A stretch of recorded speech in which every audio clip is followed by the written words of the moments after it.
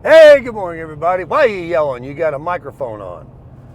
I pay attention. I read the comments. Somebody told me the humming and the roaring of the Super Crusher it does affect the audio, so I got the mic on for you guys. I'm not going to get cheap on you.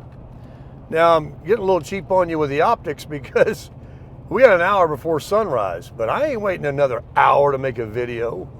And I had things in my mind, but I really wanted to say that this Super Crusher is super. I'm not exaggerating, I'm not kidding. I am now in love with how it just gets up to speed.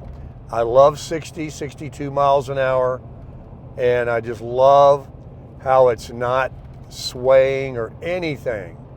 I haven't experienced it in 500 miles yesterday.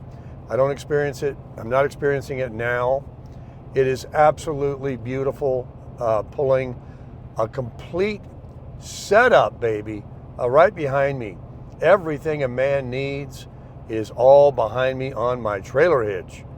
And I'm out here and coming up to Deming, New Mexico, and then on to Las Cruces. It's 100 miles yet. Very short drive through New Mexico this morning. And I'm sure it'll be daylight before I get out. But it's Sunday.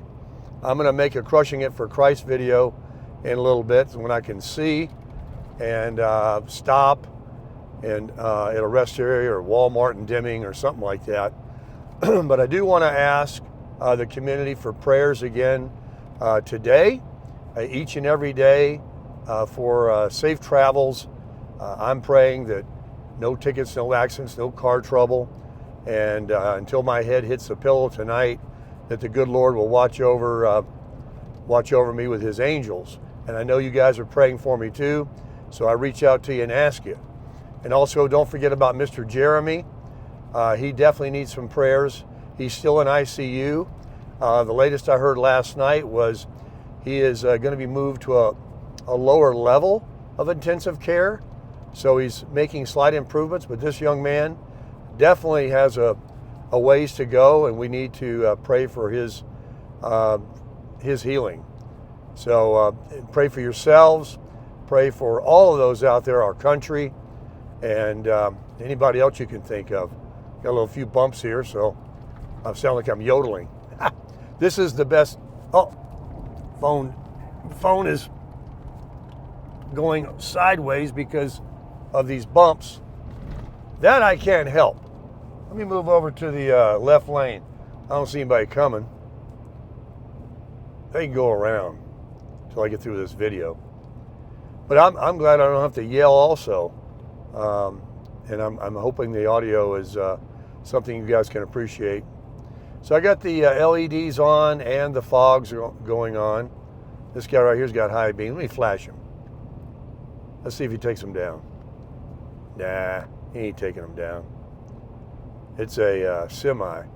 Maybe he was like the Tundra. When I used to have the trailer on the back, it would point the front end up, and I didn't have the weight distribution hitch correct, and everybody was flashing me. I couldn't even drive at night on low beam. And then I discovered I had a little wheel on there that I could wheel the headlight beam down, and that should be something that all trucks should have. But I got pretty good lights here. Doing good. I want to thank that nice lady again at Flying J this morning for hosting me. This morning I woke up, frost, 32 degrees, and check this out.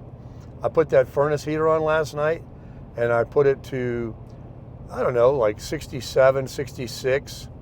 I don't have a digital thermostat, so I can't tell you, but I did. Nobody's coming behind me. I did have it, where it would definitely come on because it got down to 32 degrees. And let me tell you, the Super Crusher performed. I was snug as a bug in a rug. I woke up this morning, I had no problem jumping in the shower and coming out, with not feeling like I'm freezing to death in there. So I just really love the setup that I've got now, especially that I can tow easily. I'm not afraid to go anywhere, folks, anywhere with this Super Crusher here and pull that beautiful Flagstaff. So I'd even pull it in the winter up north. Not going to, but I wouldn't be afraid. I know the roads are always clear for the most part, unless you get caught in a storm. But there's no reason to endure any kind of weather I don't need to. So I'll stay down here in the southern part. But I definitely got to get up to Georgia and the Carolinas and areas sooner than later. But right now, I certainly will be enjoying the Florida weather at home and cookouts. I can have a little fire. I'll get myself a fire ring, make a little fire at night, and bring you guys some videos. Sit around the fire, have some fire chat. Fix my phone again. It's starting to tilt. Oh, here comes a big rig to my right. He's like, all right. I prefer him passing me to my left, actually. He was the only one within miles. I'm doing like 60, 61. The speed limit's 75. He's probably doing 75. Oh, I was going to tell you this. I wish I could have shown you, but I didn't video it. Every rest area, truck stop, every exit at night, this is how many trucks are on the road. They are camped out on the ramps, all the way down the shoulder, all the way to the freeway where you get on, nose to tail, jammed in anywhere they can. If you're late on stopping and you can't get a spot behind the huge acres they have, generally big parking lots behind the store at Pilots, Flying J's, and Loves, TAs, and the others, you park out on the shoulder or on the street in front of the. They are everywhere. I mean, everywhere. And last night I was trying to be courteous. Somebody was asking, "Why are you parking sideways? Taking up all those lines?" Well, they didn't have any. They had 3 RV spots, and I was in one of them, and I moved over to where I was behind that Class C, and I pulled up and said, "Are you going to stay all night?" And he says, "Yeah, we went inside and asked." I said, "Okay." They said, "Just go in the back as far as you can." Well, I woke up this morning, they're all over the front, the side, they're everywhere. So, that's just what happens. All throughout the night, they come in whenever they can and park. Let me move back over. Nobody's coming. Road looks good now. And they're just everywhere. And the reefers are running, generators are running in those big trucks. I could have fired up my generator and ran it all night if I wanted to. It's not a problem. But what I wanted to explain is, this is really the fun part. This traveling and staying in, as some people say, parking lots, you have no idea. You have no idea how fun it is to boondock. You got the store, you got the restrooms, you got everything right there, 24 hours, security. Damn a dirt field. I would rather be like what I'm doing any day of the week, including rest areas, but they don't have a store there, but they're all right too. And then getting out early in the morning, I still got an hour before sunrise. This engine doesn't even sound like it's running. And I'm going to have, 100 miles or so before the sun comes up. I'm all hopped up on my coffee, and this thing is not swaying. I'm just, thanking the Lord. I'm grateful for everything. And I own it out here. And this is the fun part. This is the fun part. You've got to, I'll see that sunrise come up. Rises in the east. We're going to see it. And, the sun will start to look light about 20 minutes before it actually comes up over the horizon. And it's the same way with sunset. Like last night it was 5:07, but it probably wasn't black till about 5:30. It goes down and you still have that dusk, that time. They got a word for it. If you know the word, let me know in the comments. There's a word for an actual word before sun up and after sundown. Yeah, let me take another sip of this delicious coffee.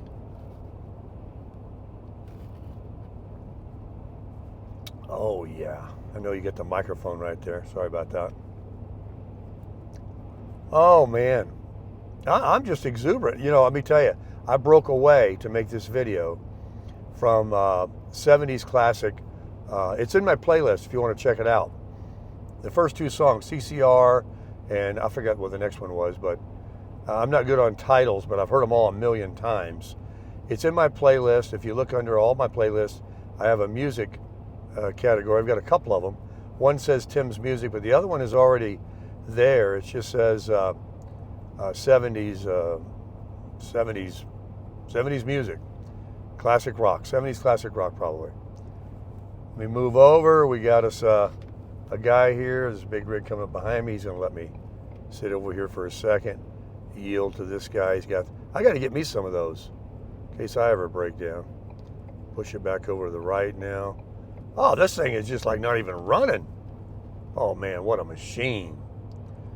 On those trains, there's a train that just went by. Last night, we did have trains go by. We had them when I was traveling with JJ and Bev at a rest area. I mean, literally 100 yards from us. Didn't bother me. But last night, I don't know whether the guy does it intentionally, because I don't know if there was a crossing there or anything, but he would lay on that horn, you know. And I heard one early this morning, and he just laid down that horn. Do it, buddy. You do you. You do you. Let me get on around this guy here. I have to pick it up a little bit. He's a van or something pulling a trailer with all kind of stuff on it. You know, he's a pickup truck. Woo! I'm approaching 68 miles an hour. Blew his doors off. Let's pull it back over to the right and get out of it. Let the cruise control regain. Gas mileage, when I reset it this morning, is 8.8 right now. Creeping up. Hopefully it'll get back to 10 today. I mean, just give me double digits, man. I can't take looking at that 8.6, 8.8 all the way across the country. But yeah, the train guy camping out last night at that Flying J was very enjoyable, having the slides out. I did have my senior salad. I made it in this big metal tin bowl I have. It fit in there perfectly. I sat there and ate that down. The only thing I ate yesterday was peanuts. I left them in the camper too. I don't want any more peanuts today. Gorged out on them. And that senior salad last night. So I felt guilty about some of the eating habits at the buffet with the boys and other things that I snacked on, I think. I'm trying to remember. Of course, the carnitas dinner, which wasn't bad except for the tortillas and the chips and salsa. And that bean dip was amazing at Orioles. If you ever go there, get that bean and cheese. They heat it up. It's really hot. And the nice lady there, she told me she puts the salsa or one of those hot sauces in the bottle in that and mixes it up. She loves hot. I love hot too, but not too hot. Yeah, man, it's 37 out there. It will warm up to a beautiful sunny skies, probably 70, 68 or whatever today. And I will be reaching El Paso, and I will be going right through El Paso. I will Paso it right up. There's nothing there. I understand it's like the cheapest place in the country to live. You can get a prison job there, but it isn't going to pay you much. Well, I'm sure they got rich people there too somewhere. Every town's got them. Somebody owns the town. So there's a rest area here in 2 miles. If it was daylight, I'd probably get out and make a little eggs and bacon or something. But again, I want to try and be good. I got into my cowboy jeans this morning. They're kind of a stretchy. They're not the real tight, old-fashioned Levi's that don't give. But I'm pretty comfortable in them. And there I can start to see a little bit. Let's see what time it is. 6:12, 45 minutes. I think it's 7:07 is sunrise. 5 after 7. It's just a few minutes after 7 this morning. And it's now almost a quarter after 6. I took my eye drops and just enjoying the drive. Day 2.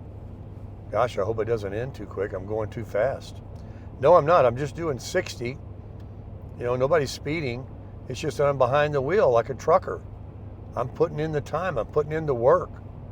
And guess what? I said it yesterday.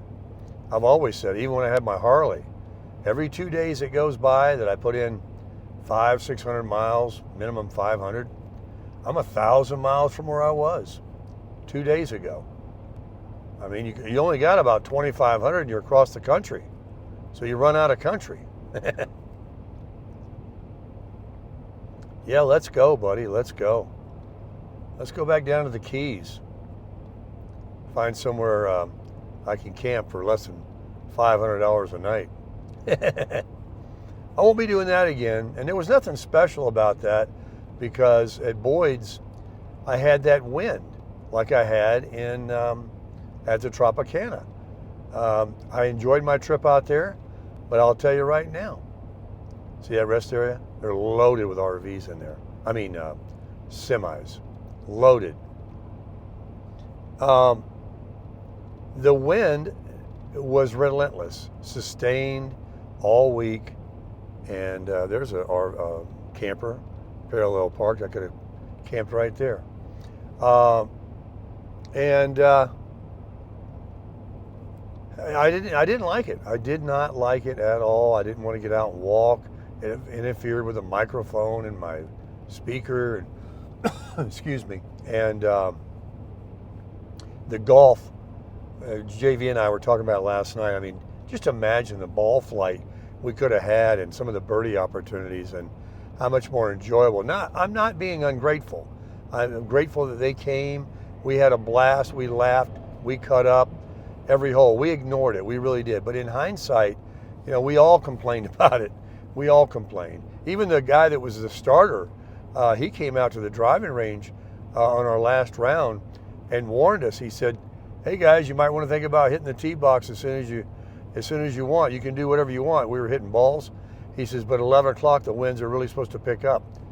And we said, "Oh, okay." So we dropped the driving range, got out there on tee box number 1, and he was right.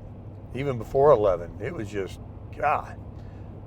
I think Dan and Joe and all of us. Johnny was pretty good about keeping his ball low. He knows what he's doing. He can do anything he wants with that ball. But we were all hitting them high sky, and they were just blowing right back to us like a Frisbee. It was funny. I also want to give honorable mentions to Dan and Joe. They were a couple of the nicest guys I've met in a while, and I do appreciate them spending time and driving Johnny, because Johnny's not driving right now because of his heart. He doesn't want any kind of an episode, and he had company with him in case anything happened. And I'm glad that the good Lord has got Johnny, doing good, where he can get out and play golf. His shoulder is a little better, a lot better actually, but he still favors it some, so his golf game is not as good as it could be, and it's already pretty good. But Dan and Joe are a couple of the nicest guys, 78 and 81, both out there crushing it. Dan with his new fifth wheel and new diesel truck, 1-ton Chevy, and Dan with his, Joe with his new Go to Hell sport truck, that ZR2649 with that Corvette engine in it that blew my doors off in a race.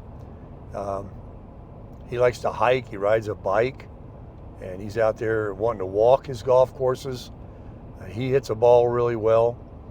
And no matter what our swings look like, and I do appreciate the comment that a guy that watched the video, that's a scratch golfer, and it was very accurate actually, about going over the top and this and that and analyzing. But I have to say, any way you could put that ball in the middle of the fairway and far, I say do that. Do that then. But yeah, you can definitely do wrong things that you can try to correct. But when you get to be a certain age, you know, your body movement and your flexibility, you're not going to be able to swing like a PGA Tour player. And I know the person who made the comment knows that too, but I just wanted to add to that. But your comment was appreciated, and all of you guys comment and enjoying the driving videos. Hope you're enjoying this one as well. The scenery, I'll get another one up after the sun comes up so you can see the desert.